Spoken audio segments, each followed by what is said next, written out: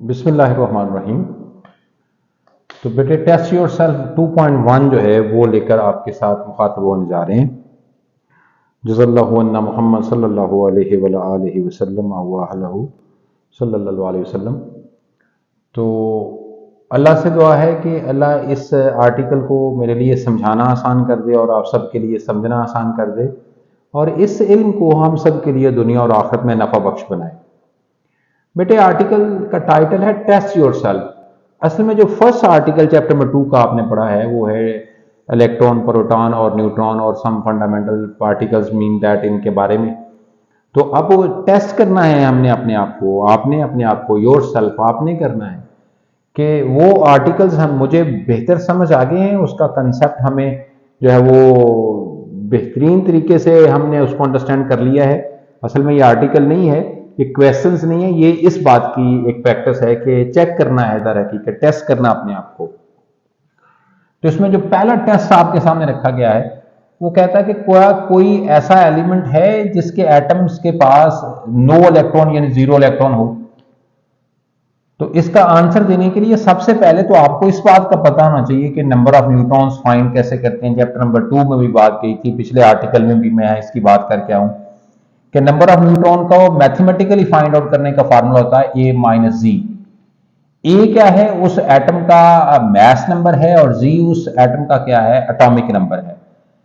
अब हाइड्रोजन का ये वाला एटम जिसको हम आगे इसी चैप्टर में हम बताएंगे कि हाइड्रोजन के इस एटम या इस आइसोटोप को प्रोटियम कहते हैं। तो ये बात मैं पिछले लेक्चर में बता कर आया हूं। इसका एटॉमिक नंबर भी 1 होता है और मास नंबर भी 1 होता है। तो अगर हाइड्रोजन एलिमेंट के इस तरह के एटम या इस तरह के आइसोटोप्स जिसको नाम दिया गया है कि अभी प्रोटियम डिटेल आगे आप पढ़ेंगे या अभी इसी चैप्टर में आप आइसोटोप्स का कंसेप्ट पढ़ेंगे, तो इसमें न्यूट्रॉन इस फार्मूले से जब आप निकालने के लिए कोशिश करोगे तो neutrons will be equal to A minus G. A भी क्या है, इसका 1 है और जी भी इसका क्या है, 1 है। तो 1 माइनस 1 0। तो लिहाजा हाइड्रोजन एलिमेंट के इस तरह के एटम जिसको प्रोटियम कहते हैं उनके पास 0 न्यूट्रॉन होते हैं। इस तरह हमने कैलकुलेट करके साबित भी कर दिया और आपको बतला भी दिया। जो सेकंड इसका टेस्ट है वो ये है कि वो सिर्फ इंफॉर्मेशन पूछी गई है कि कौन से साइंटिस्ट ने इलेक्ट्रॉन डिस्कवर किए थे, किसने प्रोटॉन और किसने न्यूट्रॉन डिस्कवर किए। तो इलेक्ट्रॉन डिस्कवर किए थे थॉमसन ने। ये वैसे ऑब्जेक्टिव में ये बात पूछी गई है और पूछी जा सकती भी है। प्रोटॉन डिस्कवर किए थे गोल्डस्टीन ने और न्यूट्रॉन डिस्कवर किए थे चैडविक ने। ये कोई इसमें मुश्किल काम नहीं है। जो इस टेस्ट का तीसरा टेस्ट है, टेस्ट योरसेल्फ का तीसरा टेस्ट है, वो ये है कि इलेक्ट्रॉन और न्यूट्रॉन में डिफरेंस आप करके बताएं कि इनमें डिफरेंस क्या है। तो पहला जो बड़ा डिफरेंस है वो तो चार्ज का है कि इलेक्ट्रॉन्स के ऊपर चार्ज नेगेटिव होता है और न्यूट्रॉन के ऊपर चार्ज 0 होता है, यानी ये पार्टिकल न्यूट्रल होते हैं। ये पहला सबसे प्राइम डिफरेंस है कि ये न्यूट्रल होते हैं।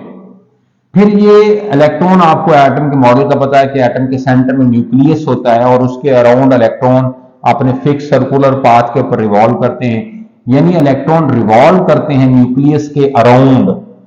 लेकिन न्यूट्रॉन कहां पर पाए जाते हैं? न्यूट्रॉन तो न्यूक्लियस के अंदर पाए जाते हैं। ये दूसरा बड़ा डिफरेंस है। जो तीसरा डिफरेंस है वो मास का है। ये आपने अच्छे तरीके से याद कर लेना है। ये पहले बात नहीं बताई गई थी, ये फर्स्ट टाइम डिस्कस की गई है। ये ऑब्जेक्टिव में बात पूछी जा सकती है। मेरी बात पर अमल करना ये मुश्किल डाटा होता है जिसको याद किया जा सकता है। तो मास न्यूट्रॉन का 5.486 × 10⁻⁴ AMU है और जो प्रोटॉन का मास है वो 1.0087 AMU है। इसको आपने अच्छे तरीके से मास जो है इलेक्ट्रॉन और क्या भाई न्यूट्रॉन का, वो आपने अच्छे तरीके से लर्न करना है। जो इसका 4th टेस्ट है और लास्ट टेस्ट है वो ये है कि पॉजिटिव रेज जो है वो कैसे जो है वो उनकी फॉर्मेशन हुई, किससे, उस गैस से जो कि उसके अंदर ट्यूब के अंदर जो है वो मौजूद है।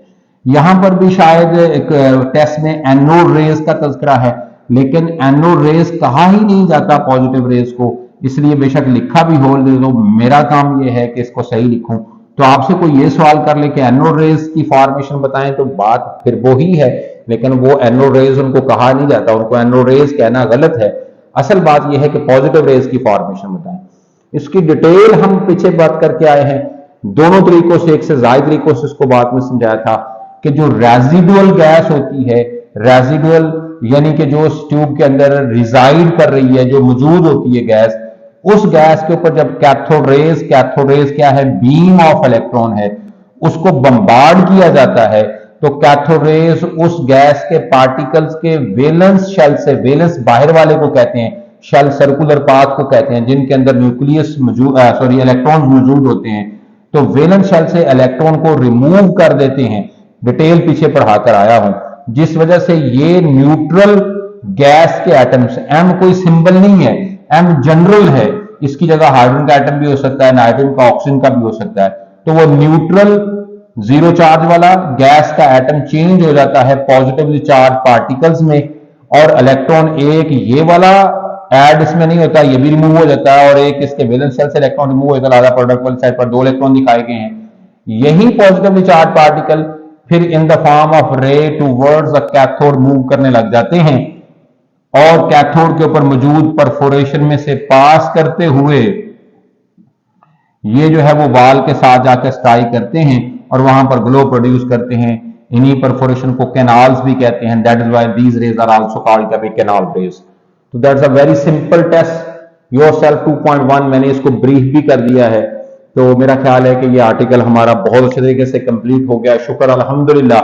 अब नए article that's a model of atom को लेकर जो है वो आपके साथ मुखातिब होंगे। अपना ढेर सारा ख्याल रखिएगा। अल्लाह हाफिज, take care of yourself, lot more, रात रखा।